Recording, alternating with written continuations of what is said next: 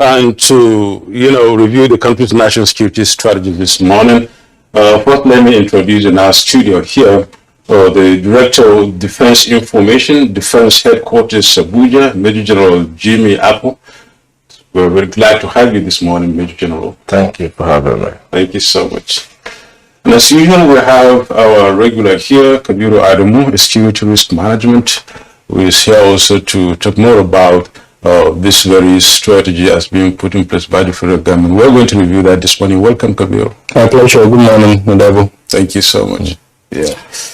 All right, gentlemen, we're glad that you are here with us in the studios. Now, just some weeks ago, I'm not quite sure exactly which date of the month it was now, we had a conversation on Good Morning Nigeria, and this was on the heels of the visibly improved security situation in the country. And of course, our regular guest on the program, Dr. Kabir Adamu, was part of that conversation. There was some celebration, but there was also some cautionary notes that it wasn't all over yet, that we should still be on our guard. And here we are, in the past week or so, it appears that it's become like the weather. Things have turned around, and there's some panic, there's some anxiety, particularly in the Federal Capital Territory, with the advisories coming from a number of embassies, and of course the federal government also responding and seeking to assuage the fears that have been generated by the advisories coming from the embassies. Let's begin with Major General Akbo. What is happening? Thank you. The security forces, they're on top of their game. Several security forces are established constitutionally to carry out different aspects of security for the nation.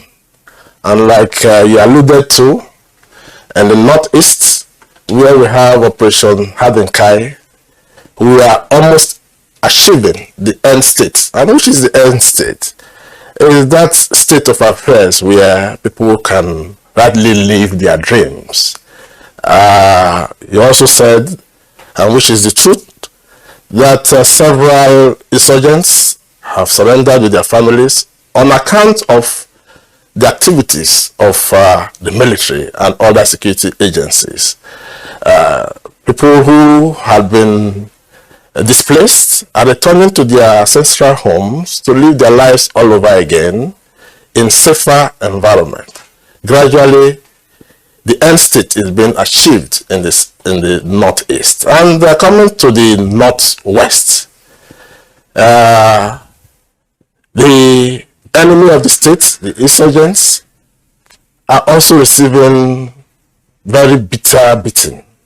And with the quantum component of fighting power, that is talking about the physical components, that is the totality of the destructive or disruptive force that the military has gotten, the insurgents are also being dealt with. In this North Central too, the security forces are on top of their game. And when we talk about the security alert, so to speak, the agencies of government have been working day and night. There will always be threats. Every state will always have an enemy. That must be said. But what are those institutions that have been established to ensure that the environment is safe? What are they doing? Are they sleeping? No. And even before the so-called alerts, the security forces have been working.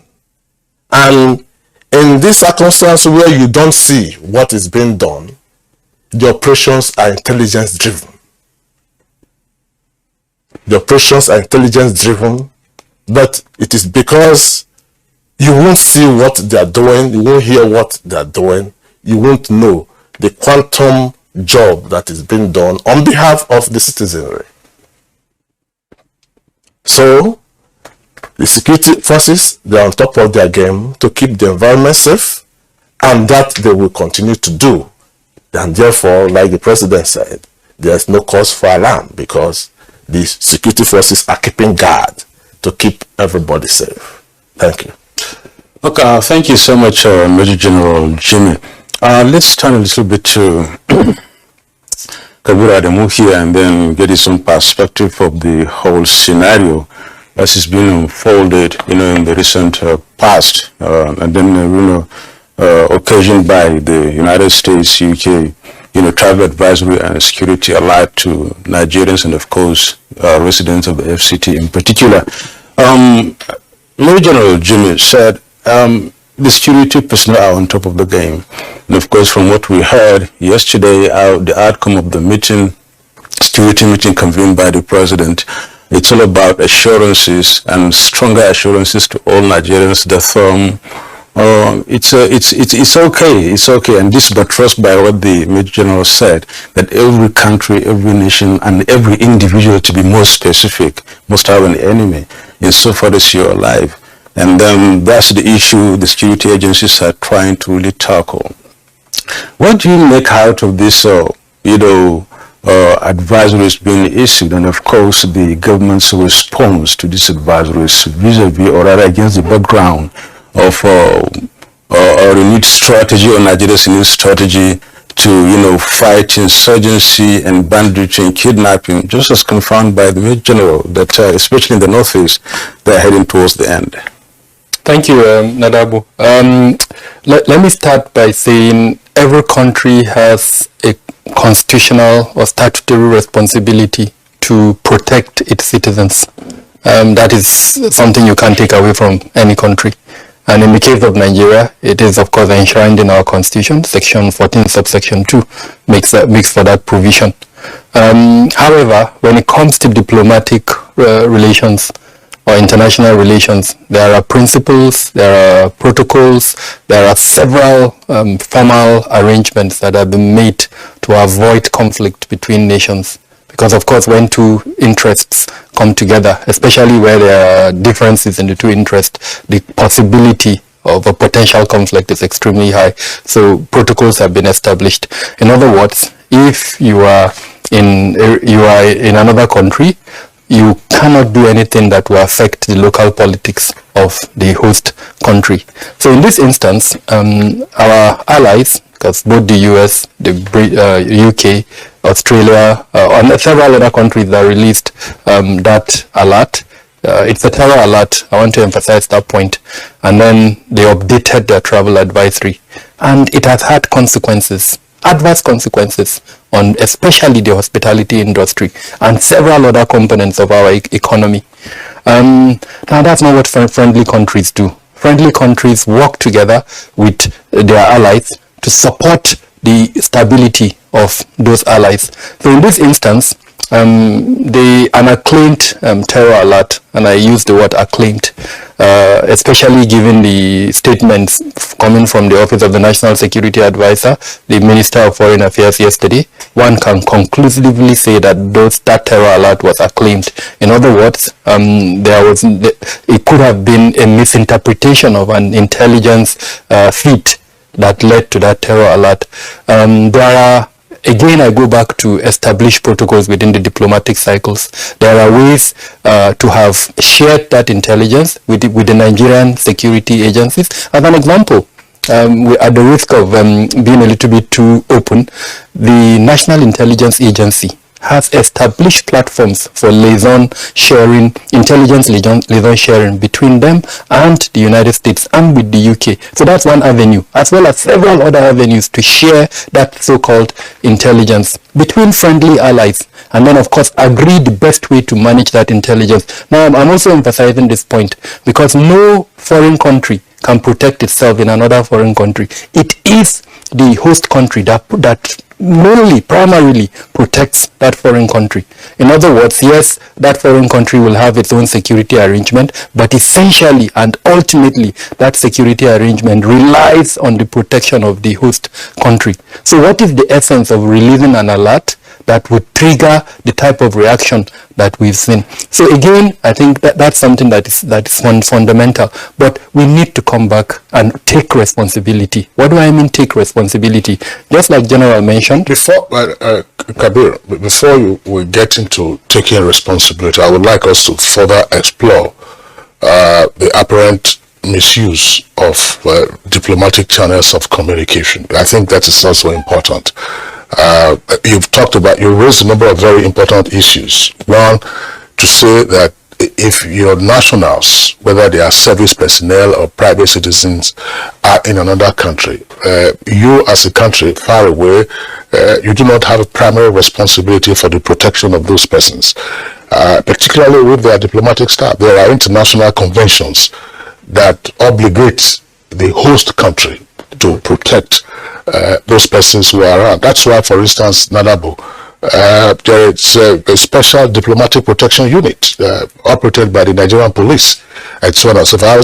I'll just come into that as well in terms of appropriate channels, Major General. I don't have any information about you probably haven't been a defense advisor in any of our embassies abroad, but I haven't heard any report about our defense advisors in our missions abroad apprehending a security threat to their host country and then releasing that information directly to the citizens of that host country. This would appear to be abnormal. Yes, to my knowledge, there has never been any such circumstance where our foreign missions released such security alerts in the country that they are resident. None of, to my knowledge, yes. So yes, that's why I'm coming to you.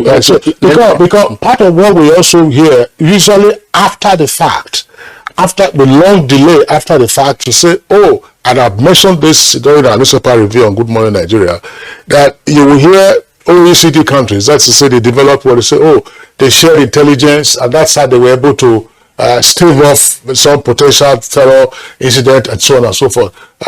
You don't hear them advising their nationals to evacuate.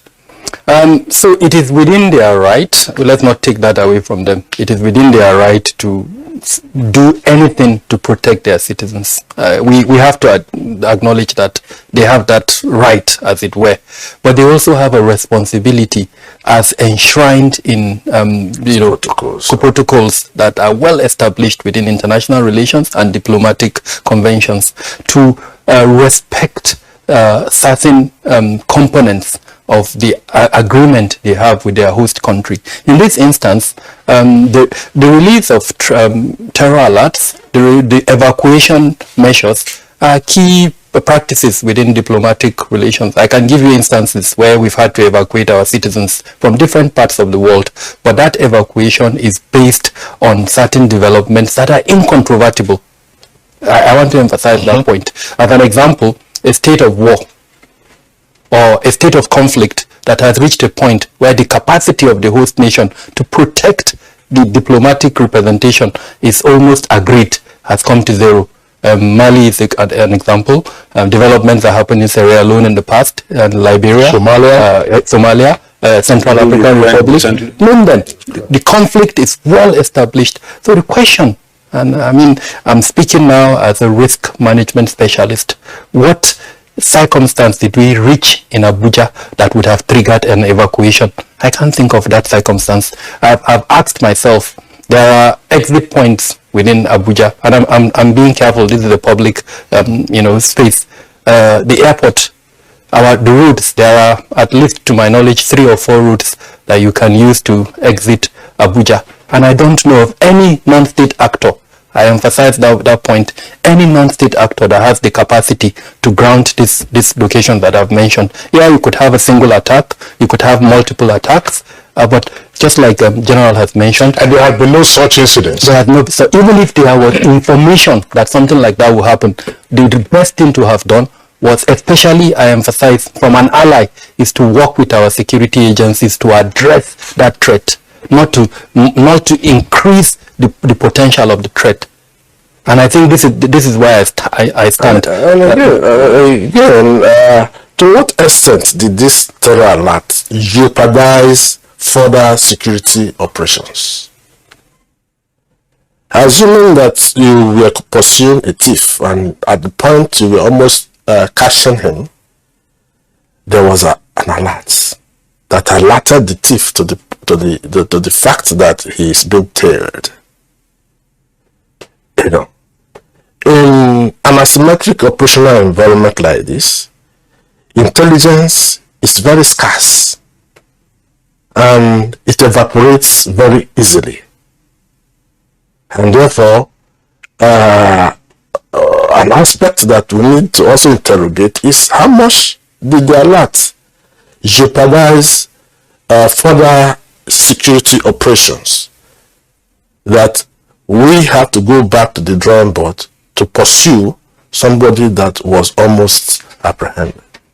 Those are other issues we need to... Yeah, as you just raised this point, so we're just trying to further put across the issue of how the alert has, sort of affected your operations. You earlier said in your opening salvo that you in the northeast, most especially, you're heading towards the end, crushing the Boko Haram insurgency and insurgents, and giving people the right and the opportunity to pursue their dreams, as it were. And here we are today in the midst of this measurable successes. We are getting some other alerts that is trying to jeopardize or thwart this effort and making other people far away from the theater zone of the Northeast and the Northwest, that is being apprehensive. Kavira Adamu, when you look at this, intelligence sharing in this regard would have been very much an advantage to both countries and to Nigerians generally. And you've also said that if there was to be any other authority that will protect any foreigner anywhere, is the host country. That's the primary protection. Even though they may have their own protection as required by the law and conventions, but nonetheless, this very terror alert and the followed by the travel advisory, which I prompted the meeting of the security yesterday in the villa, must have had an impact on the assumed security in the FCT and of course the surrounding places. To what extent has this meeting sort of mitigated this very fear and apprehension in the public? It's work in progress. First off, Nigerians we look up to our leaders, and yesterday we saw our leaders meeting, and more importantly, our leaders spoke to us. As a result of that meeting, we got to know that the Ministry of Foreign Affairs had interacted with, as an example, the American Embassy. We got to know through the Minister of Foreign Affairs that interaction produced certain results, including, for instance, the acknowledgement by the U.S. Embassy that they were responding to a statutory responsibility to their citizens, that alert was meant for their citizens. Now, the next question that came to my mind when I heard that is, if that was the case, they created an inadvertent consequence, and what are they doing to help us to address that inadvertent consequence? We also got to hear from the Office of the National Security Advisor, perhaps that Nigeria was not privy to that intelligence. In fact, he used some terms to describe the action. I don't need to repeat those terms there. So that's good. That's why I say it is work in progress. We expect and we must acknowledge the fact that there are several ongoing security operations, like the General mentioned, some of them obvious, some of them not so obvious. As you are aware, I run a consultancy and we produce reports in our August and September reports, we did show these operations across the 36 states of the Federation. Some of them military-led, others joint security operations involving several components of our security sector. And on a daily basis, they carry out interdiction, clearance operations that lead to arrest, sometimes that lead to the killing of some of these terrorists. And I expect a friendly ally to acknowledge that in making a terror alert, and not only to acknowledge that, to support those ongoing operations. So for instance, just like the General mentioned, if the release of a terror alert had the likelihood of circumventing an ongoing operation, a friendly ally should not release that terror alert. Rather, work with the home or host security government to ensure that that action is carried out. And even where there's an inadvertent action as a result of that terror alert, that friendly country should carry out follow-up actions. So let me give you an example in responding to your question. After that meeting, I would have expected the Federal Capital Territory Administration to convene a security meeting, conduct an audit of Abuja, identify vulnerabilities, and this is where I would have expected, for instance, our American friends to help us. They have a Homeland Security department, and if you go to the website of the Homeland Security Department, it has robust information on counterterrorism as well as anti-terrorism. Now, that is one component that we need to work on locally here in Nigeria, and we can benefit from the support of the Americans. What kind of anti-terrorism measures do we as corporate organizations should implement to reduce our vulnerability to terrorist attack? So things like that I expected follow-up from that meeting. And again, I want to emphasize that these are things that we can benefit from friendly allies such as the US, because they are advanced in the implementation of such measures. You earlier mentioned the effect and the consequences of this alert on the economy of Nigeria. And when you also look at the political scene, that's going to be an effect too, because campaigns and whatever have been there have started. And then a lot of politicians have started making comments about that, some postponing their campaign schedules, some rescheduling, some, trying to, drag their feet and things like that. But I'm very much concerned about the economic aspect, the consequences. How much of this alert, how much damage has it, I must say, how much damage has it done to the economy, especially of the FCT? So I'll give you instances, although we are yet to quantify the damage. Hospitality industry, 5-star hotels that have had conferences planned, a lot of that has been cancelled. Accommodation that had been booked, some of them cancelled. Others who had booked to stay for a long period had cut short their stay and left. Now, if you look at the ripple effect of that, the value chain, the supply channels that feed into the hospitality industry that would be damaged. And then big shopping malls, I don't want to mention names, one of them had to shut down. Look at the number of employees that depend almost on a daily basis for the effect of that. So again, it's not been quantified, but you can start getting an image of the consequences. Then let's not forget that when travel advisories are updated, in the case of that of the US, I think we were at level 2. And then now, as a result of the updating, they made it level 3. Now, businesses, especially American businesses, who have plans of conducting whatever foreign direct investment, other engagements with Nigeria, are going to depend on that categorization of the risk level in Abuja, either from a standpoint of the insurance for which they are going to, carry out their operations in Nigeria, or sometimes for even business decisions. So as a board, I would look at that categorization and say, do I come to Nigeria, or no, do I go to another country that has a lower risk level? So there will be long-term consequences of those categorizations. Now, before that categorization, was there any engagement between, for instance, the State Department and the Ministry of Foreign Affairs in Nigeria? So these are the kind of consequences on the economy and several other aspects of operations in Nigeria. You alluded to that of politics. Again, that is an inadvertent consequence of this development. I can bet you that as the campaign season starts, proper, there will be references to this action. It's going to benefit some components, while it's not going to be the disadvantage of other components. So was that intentional or was it unintentional? These are things that we need to address as a country. When earlier on I was making reference to us taking responsibility, these are areas that I was looking at. I know General wanted to Yes. Well, talking about the responsibility of the FPTA. Yes, FCDA.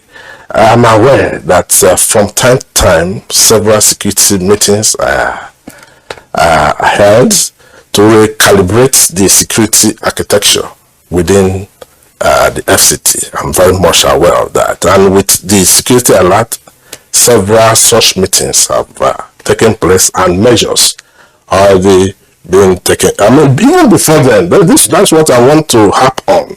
But nobody occupying a responsible position sleeps without carrying out his mandate. So even before this, I'm aware of several security meetings that are being held from time to time, and several activities to review the operation, the security architecture within Abuja. And talking about the security alert again, like Calvin Clausewitz, German military strategist, said that a trilogy of the will of the government, the passion of the people, and the competence of the military, sustains war. That is talking about conventional war. But in this circumstance, it still applies. What was the role of our own people to driving this narrative? What was the role they played in driving this narrative? And again, we must learn to trust and believe in our institutions, the capacity of our institutions to deliver. It is not today, they have been delivering right from time.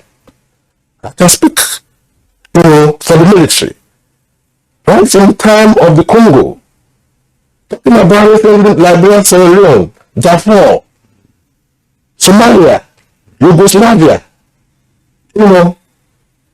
and we have been, the institutions of government on top of and they have been delivering.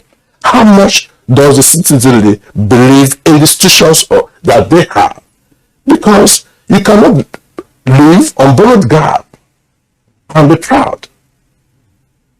You must nurture your own, believe in it, and grow it so that it can serve you and serve you better. It may not be that we are merged with another country's security forces before we can deliver. No, we have been delivering, and the records are there. Yeah, General Akpo, thank you. I was just wondering, gentlemen, let us assume, for purposes of discussion, and then also assume the worst case scenario, that the terrorists were bent on wreaking havoc in the Federal Capital Territory. Against the backdrop of the successes being recorded by the security and intelligence forces in other theaters of engagement around the country, what would be the objective of saying, look, let us hit the Federal Capital Territory? For the terrorists, number one, publicity. Yes. Any attack in the FCT would generate publicity, especially if that target is a target that has some element of either association with government or association with an international government or organization. We recall the UN attack, how it was highlighted all over the world. Till today, that attack unfortunately still reverberates within the media. That's what terrorists want. Number two, we're about to have an election. Some of the terrorist groups are interested in thwarting that election. an attack in the FCT would have a consequence on the elections, on the outcome of the elections. It would be used by certain elements within the electoral process to achieve certain objectives. So, and then apart from that, it would also highlight or increase the profile of the whatever group that perpetrated that attack. Let's not forget that especially two of the terrorist groups in Nigeria, the Jamaat al-Ahl Sunnah al-Dawat wal Jihad, that we all call Boko Haram, is affiliated to an international group, Al-Qaeda. The other one, Islamic State in West Africa Province, is affiliated with IS. Now, there have been changes within the leadership structure of each of these groups. And following those changes, we know that their affiliates across the world have been trying to gain prominence. They've been carrying out attacks and pledging allegiance to the new leadership. So any action they take that would increase that profile would help them in terms of recognition by the new leadership. So those are all incentives, as it were, for an attack within the... I understand the explanation, Dr. Kabir Adamu. If we roll back the tape, you mentioned the UN building, very unfortunate incident. We also recall that the police headquarters here in the city was attacked, shopping mall, shopping complex in motor park were also attacked. They did further capital protection, but then came the pushback. The data, there was a pushback. The last time we had what is clearly a terrorist attack in the FCT was 2015. Some are categorizing the Kuje incident as terrorist attack. It's neither here nor there. Depending on where you stand, you can categorize it. If you have strong arguments, I do, against categorizing it as a terrorist attack. So if we isolate the Kuje incident, the last time we had a terrorist attack is 2015, and we must applaud our security agencies.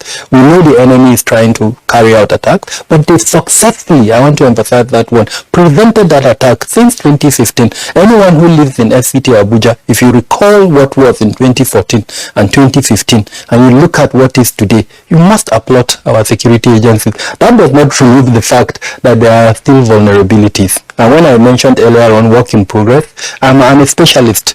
I assume sometimes the role of the enemy, and I see those vulnerabilities. We need to increase our anti-terrorism measures. I don't want us to lose that. You can get into details, yeah. All right. General, I still would like you to comment on this. As you said, we've seen a pushback. Citizens cooperated and citizens collaborated. But, for those who are not members of the security and intelligence forces, there is a limit to which you can be paranoid about security threats. After a while, you just go about your business. If you reside in the Federal Capital Territory, and again, following the terror alerts issued by these embassies, everybody would have received tons of messages from saying, look, is everything okay? Is everything okay? We've had calls to say in Nigeria that we are broadcasting as always live from our Abuja headquarters studios. The fact that we're in the studios today, we're here yesterday, of course, with the grace of the Almighty, if you have your breath, you can continue to carry out the function. Tell our viewers, look, is the FCT so vulnerable to any would be probably just a stray dog who decides to cause havoc or mayhem? Well, our citizens are free to move anyway, but not every citizen that wishes to cause harm. Like I will stress again that those institutions that are responsible for keeping the environment safe are working.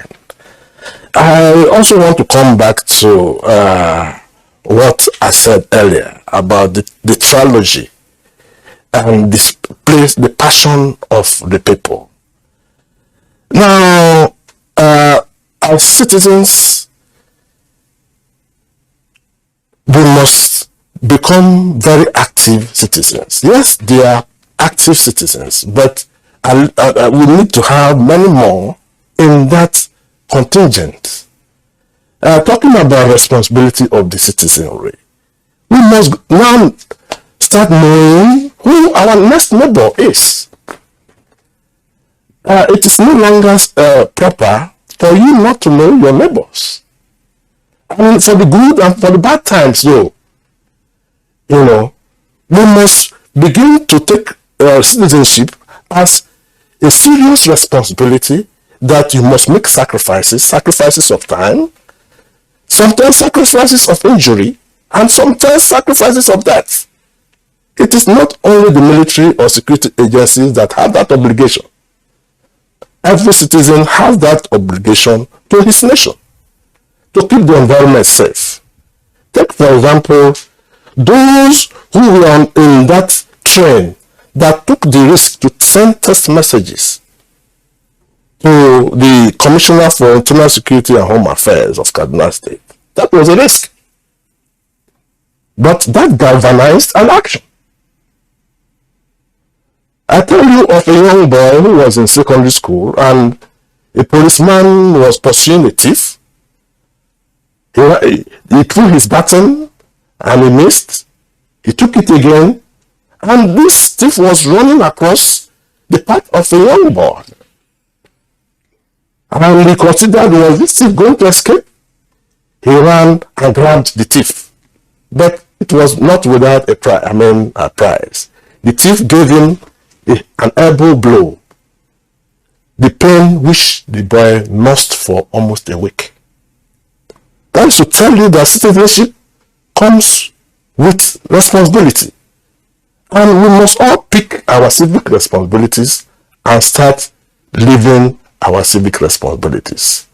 It is not enough for citizens to remain aloof and expect that the security man should know your neighbor more than you.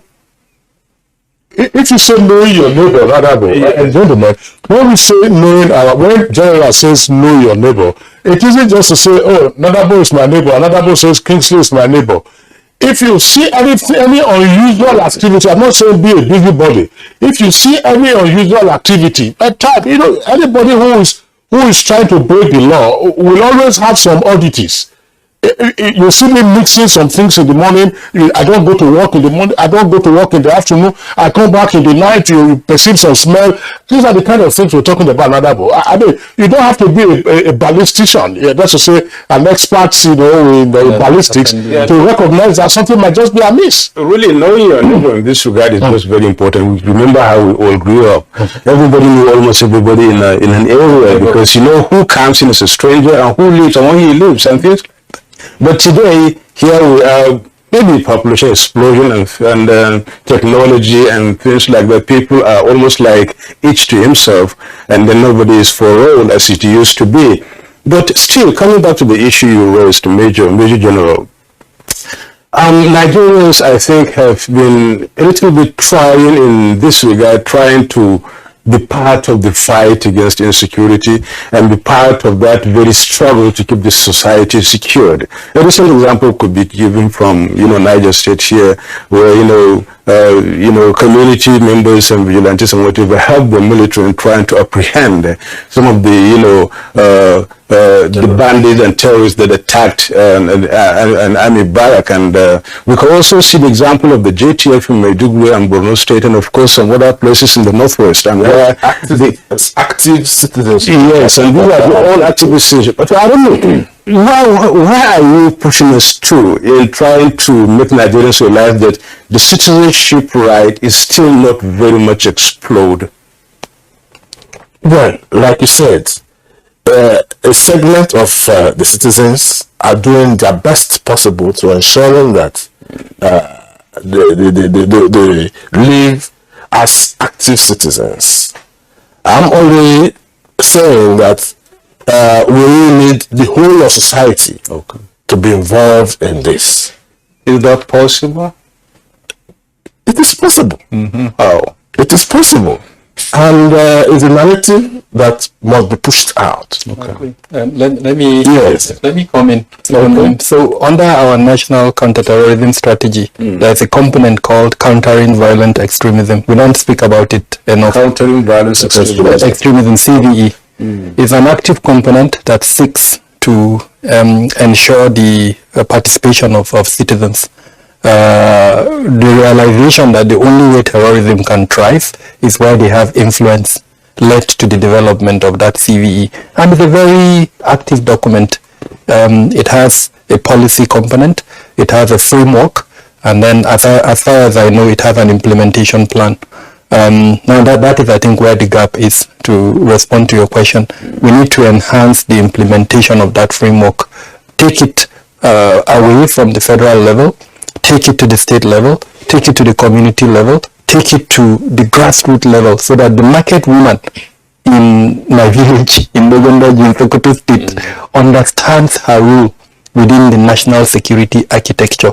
She understands that if she's all of a sudden, she used to sell, let's say she boils fries akara, she sells 100 naira akara every day. All of a sudden she starts selling 10,000 naira. That something is wrong. She's benefiting, but as a citizen she knows that something is wrong, and she's able to tell the market leader that, look, I've seen an increase in my sales. Can you find out who the person that is buying this akara, why he's buying that? Now that is intelligence. That market leader would take it upwards, report it somewhere. It becomes part of the intelligence fusion. So that is what CVE does. It raises the awareness of citizens to understand their contribution to security. Now the beauty, and this is what I find amazing about our country, we're gifted intellectually. We've got these beautiful policies, but the level of implementation of these policies, I think, is where we need to look at. I hear even governors speak, and unfortunately from their statements I get to realize they don't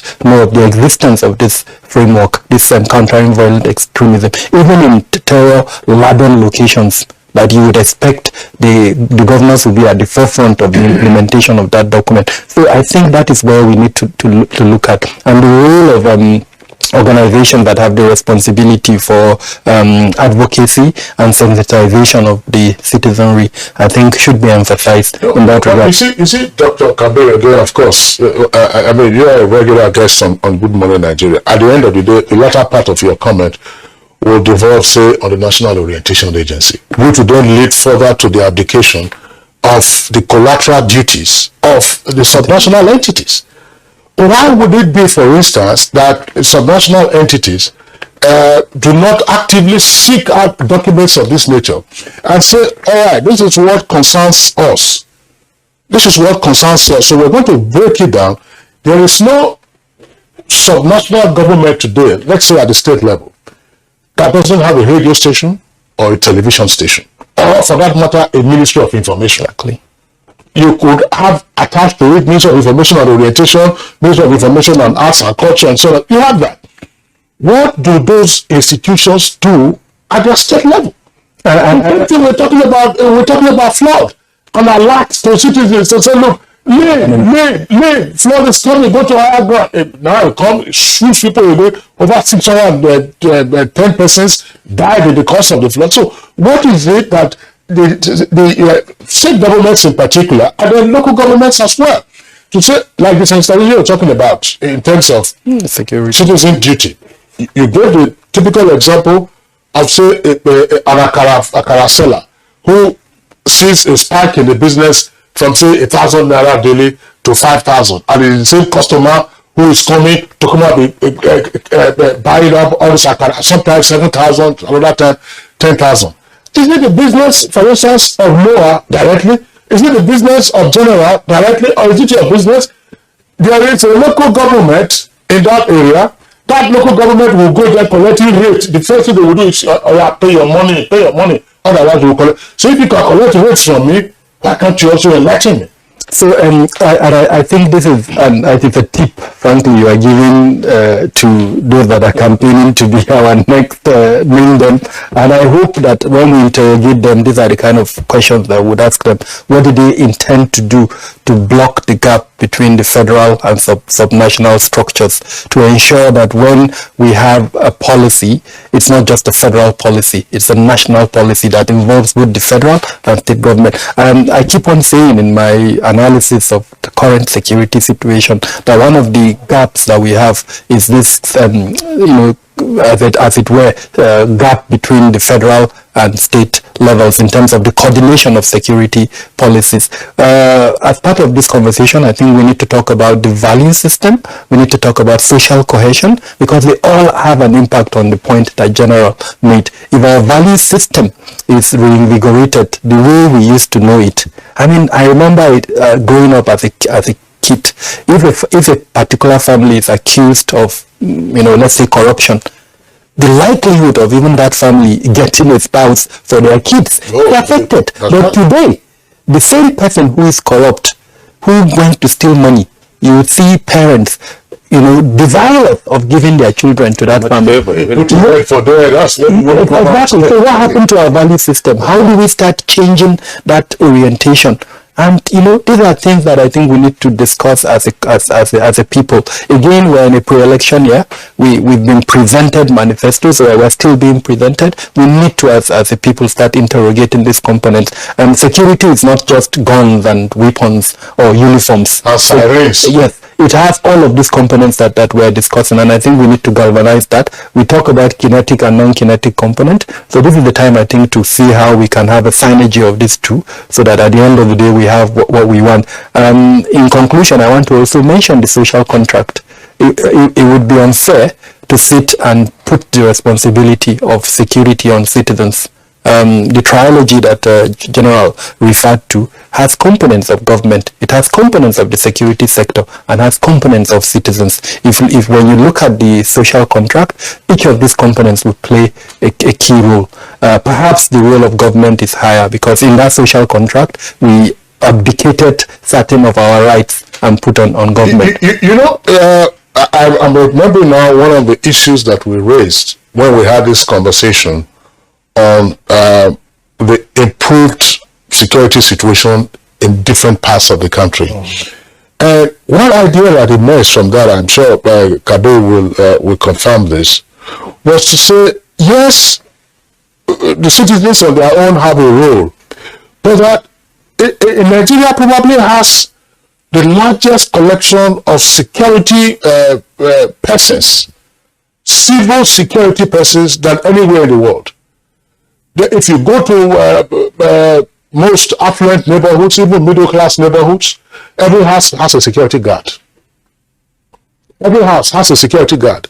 And if there are formal security companies, there's a requirement for them to also recruit ex-service personnel. What do we do with intelligence from these civil, if you like, almost informal but semi-formal subsectors? To say, for instance, that an estate, you're always seeing Kingsley. He would drive in, he would drive out, he comes out at a particular time. Whenever he's coming, it's always with Nadabo, and they always So what do they do? Before you even respond to the general response, we'll take a break. But before we go on break, let me just buttress what you just said. When we come back, we just pick on from there. We earlier mentioned the issue of how skewed the society was in the 60s, 70s, and the early 80s, when almost everybody knew everybody, and everybody knows who the stranger was and who lives and who comes. And for reasons of population, which are maybe technology and expansion and whatever, these things have not been jettisoned, and then everybody has become to himself and to his family. Kingsley was talking about each and every middle-class society or family has a security guard, and of course, galvanizing or harnessing all these to form a security for that very ward and unit is what is required in order to replace that old security system. The issue of the woman Sele Akara is one other point that points to the direction of the fact that the local society, the local government, for instance, and indeed the individual family unit, has a role to play in this regard. Now, the issue and the question now is, when we come back from the break, is to look at how do we use technology in this regard that brought this very strategy of the past, and then brought up a new way of life, and how do we use it in order to move forward and enhance the security in the family unit, in the society, and of course in the state and the nation generally. You're watching Good Morning Nigeria. We'll take a break. Stay with us for this and responses to this and many more issues.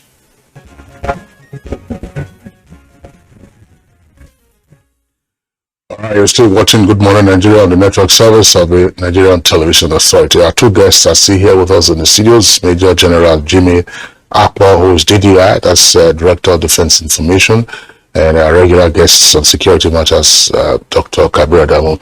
Before we went on that break, Nadabo was re-emphasizing one of the issues I was placing on the table, namely a recall of a suggestion that was made when we had a conversation on what needed to be done to further ramp up security awareness and then, of course, ensure that citizens get more involved in security watch. And we're talking about the plenitude of private security guards, whether made guard or private security firms, and how to energize that level of intelligence gathering as part of our security enhancement. Dr. Kabir. Thank you, Kingsley. The current security architecture that we have sees the role of private security companies being supervised by the Civil Defense Corps. So that organization, which, by the way, reports to the Ministry of Interior, should galvanize the harnessing of intelligence from private security companies. As at 2001, the number of private security operatives in the country was around 10 million. So what it means is that we are allowing 10 million Nigerians who have access to intelligence to not contribute to the intelligence collection capabilities that we have as a country. I want to think that one of the best ways to harness that intelligence is to ensure that the civil defense put in place the appropriate mechanism for the collection of life, for the collection of periodic, as well as the collection of analysis of intelligence. I'll give you an example without mentioning names. There are private security companies in Nigeria that have attained international certifications, ISO certifications, globally.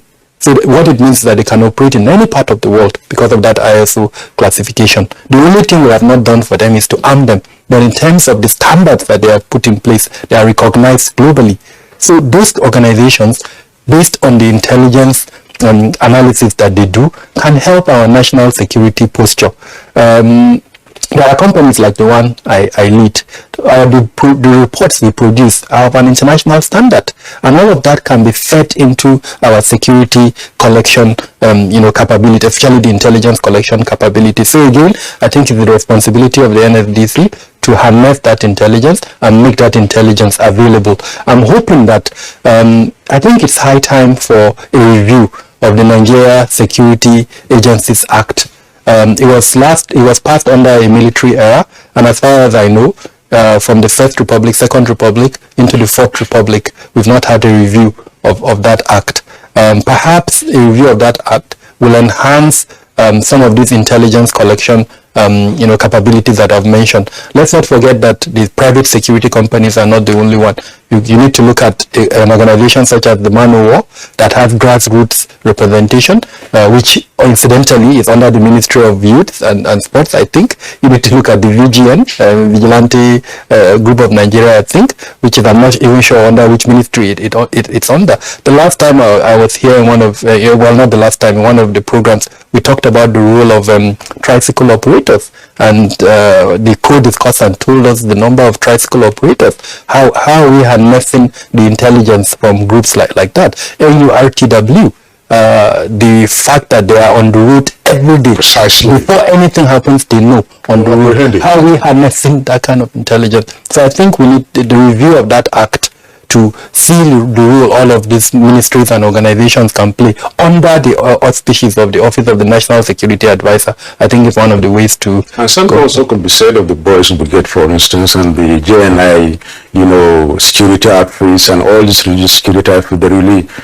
take care of the security at congregations and mosques and churches. Event centers, exactly. Like so we need to recognize the role of all of these individual organizations, but more importantly, how do we harness it? How do we fit it into our national intelligence collection capabilities? I know your question before we went on break had to do with technology. Technology is a force multiplier. There are two major intelligence collection capabilities, what is called HUMINT, which is human intelligence, and then what is called that's technical intelligence. In our case, because of the deficit of infrastructure that we have, human appears to be the most plausible option for us. But the first multiplier is technology. And as an example, someone in a community in Adamawa State, let's use Madagali as an example, he picks up intelligence. The easiest way to communicate that intelligence in the most speediest of manner is through technology. You don't expect him to walk or enter a vehicle and bring it to Yola. So that's the real kind of technology can play. But again, in the modern world, especially with the advent of new technology, cyberspace is an avenue for the collection of intelligence. A lot of what happens in the physical world starts from the cyberspace, and that is where I think the role of the Ministry of Digital Economy, I think, and communications, the role of that ministry. Again, in the review of the act that I advocated, we need to find a place for that ministry. I'm not sure how, because it comes with a lot of consequences. There are so many things in that minister's regards, for sure. Apart from that, the fact that there will be concerns within the civil society space on, freedom of, communication, privacy of communication. So we need to find a way to ensure that we protect the integrity of our privacy as well as confidentiality, but at the same time we're able to harness the intelligence that is within that ministry. I have a lot of suggestions, but this is a public space, so I'll leave it at that. That's a security expert anyway, so leave it at that. That is so much economical with the fact this time around. Which is useful. It's good anyway. Jimmy, Major General Jimmy. Yes. We're reviewing national security strategies, and we've talked about a lot of issues that ranges from the individual in the family unit up to the organizations, federal and national, subnational governments and local governments. In our own case, looking at this very strategy that has been reviewed and looking at how Nigerians respond to it, especially against the background of the U.S. terror alert and of course the travel advisory they issued, what do you think would be the responsibility in this regard, finally, as we round up this program, the responsibility of individual citizen, in spite of the fact that you said he should, as a matter of fact, take up his citizenship right into his hands and then use it properly. The person in the street may not really understand what you said in this regard because he's there, pursuing how to make ends meet. The next meal, for instance, is a bit difficult to get. And you're talking about security, he may even be vulnerable to any other thing you can think about. In this scenario, and what the United States terror alert brought about, and the recent meeting of the security chiefs yesterday, what do you think would an ordinary Nigerian make out of this, and what should he do as an interim measure? Thank you very much. It's not anything out of the box, so to speak, as it goes about his normal daily business. Everybody has to be, eyes have to be open.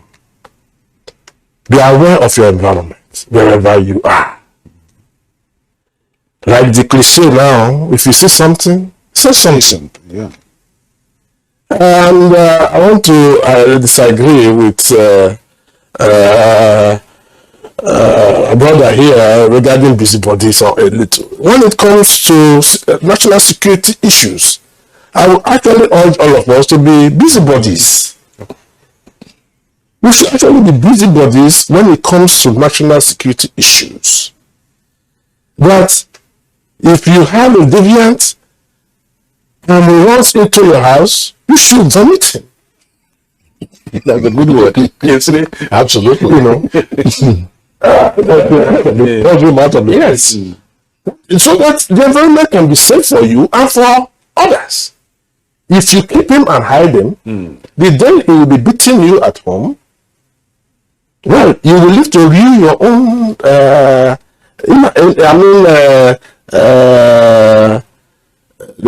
the fact that you hid him from being prosecuted.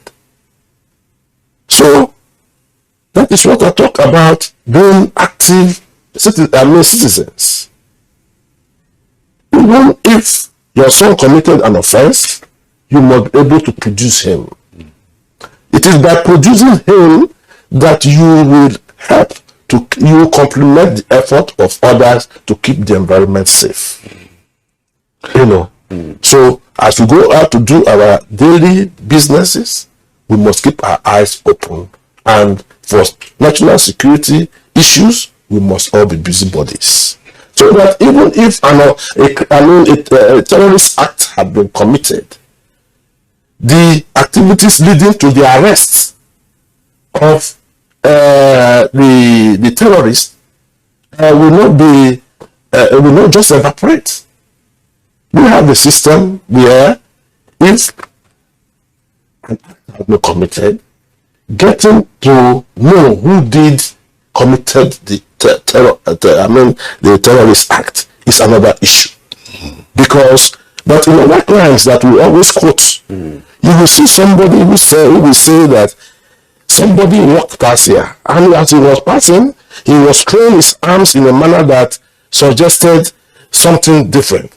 And if you ask him further, he will be able to sketch the person he feels could be responsible. That is active citizenship. That's right. General, thank you very much. Let me raise this. I have two issues to raise. They're not totally, they are part of the security mix. One has to do with communicating what the citizen finds to be unusual. The numbers that have been released, I have difficulty. I don't remember any of those numbers personally. You give an 11-digit numbers. How does a citizen remember that? Earlier, we were told security numbers were 112. Now we are hearing 193. I've said last weekend I've been reading 190. And I just asked this simple question. I know that's for the NCC. People sing with it. Somebody help me call 911. The fact that 911 is in the use in the US does not mean that we are bad from using 911 in Nigeria. 911 was also a model of the Mercedes truck, 911 Mercedes Benz. So if you say 911, one day is a 112, another time 122, another time 193, another time they will give you 777. You just, how do you remember those things when you are faced with an emergency? That's one. Second leg of my question, again unrelated. Are we doing enough to apprehend persons who are broken loose from our jails? After the NSAS riot, or during the NSAS riot of 2 years ago, how many of those who broke free from jails, from the various jails, have been picked up? Some of them, of course, were picked up circumstantially to say, oh, the person went to commit another offense and you grabbed him. But how many of them have slithered back into society? Could you, 3 months ago, how many of the escapees are back in the camp? Kabiru. I'll gladly throw over that question. And to say it categorically, they are in people's houses. They are back to the society and probably back to their parents' houses, their brothers' houses, their mothers' houses. They are in the villages, they are in the towns, they are in the cities. And they have neighbors. And you don't expect the policeman or the security man to know your neighbor more than you do. These people have filtered into the society and they are in houses. And that is where I say that the trilogy, we must live by it for us to have a saner society, environment. We must live by it. Okay, General, in that regard, we throw it back to now. Taking a cue from what you just said, they are in people's houses. How much has the law, or how much is the law, how far is the law, I would say, dealing with such people in the society if they are apprehended? So we need not only the culprits, though the victims per se, but the family relations and things. If they knowingly, that the next year has to be knowingly. Yeah, that's it. I think there is room for improvement in that regard. I'm not aware that we've made examples. Instances are there where, escaped convicts have been arrested, but I'm not aware that in one instance where those who aided and abetted, they are hiding from the law. Of recent, one of those who escaped from the Kuje prison was arrested in those states, being harbored by his brother, and both of them were arrested. Investigation is ongoing. That much I know. But then, circumstantial, you said, but I know the police have arrested a few of those who escaped from the Kuje prison. Also, I think the Security and Civil Defense Corps has arrested some too, and also Major General, asking that, let me explain. I'm just asking that question to maybe use it as if the law takes its full course, it may serve as a deterrent for others. That's just exactly the point I'm driving at. Not just to have a fugitive. So that I should be consequent for harboring a fugitive. I said for harboring a fugitive. Look, let me know. So, I remember this story very well. We're going to have to call it time now in this conversation segment. I was in the US sometime, just watching television, and there was a news report about a gentleman who had been apprehended by some plainclothes officials. He had been on the run on the eastern board. That's the tri-state area: New York, New Jersey, and Connecticut. He had been on the loose for 32 years. Going about his normal business, going about his normal activities, XYZ. And that day that they came and knocked at his door, and they got him, when he said, and he himself also said it, he said, "Yes, I am the one you are looking for." 32 years. So if the law wants to get you, the law will get you. The long arm of the law. The arm of the law is very long. The arm of the law, that's why government is always there. So these are the kind of things, but obviously, gentlemen, you have raised very important issues today.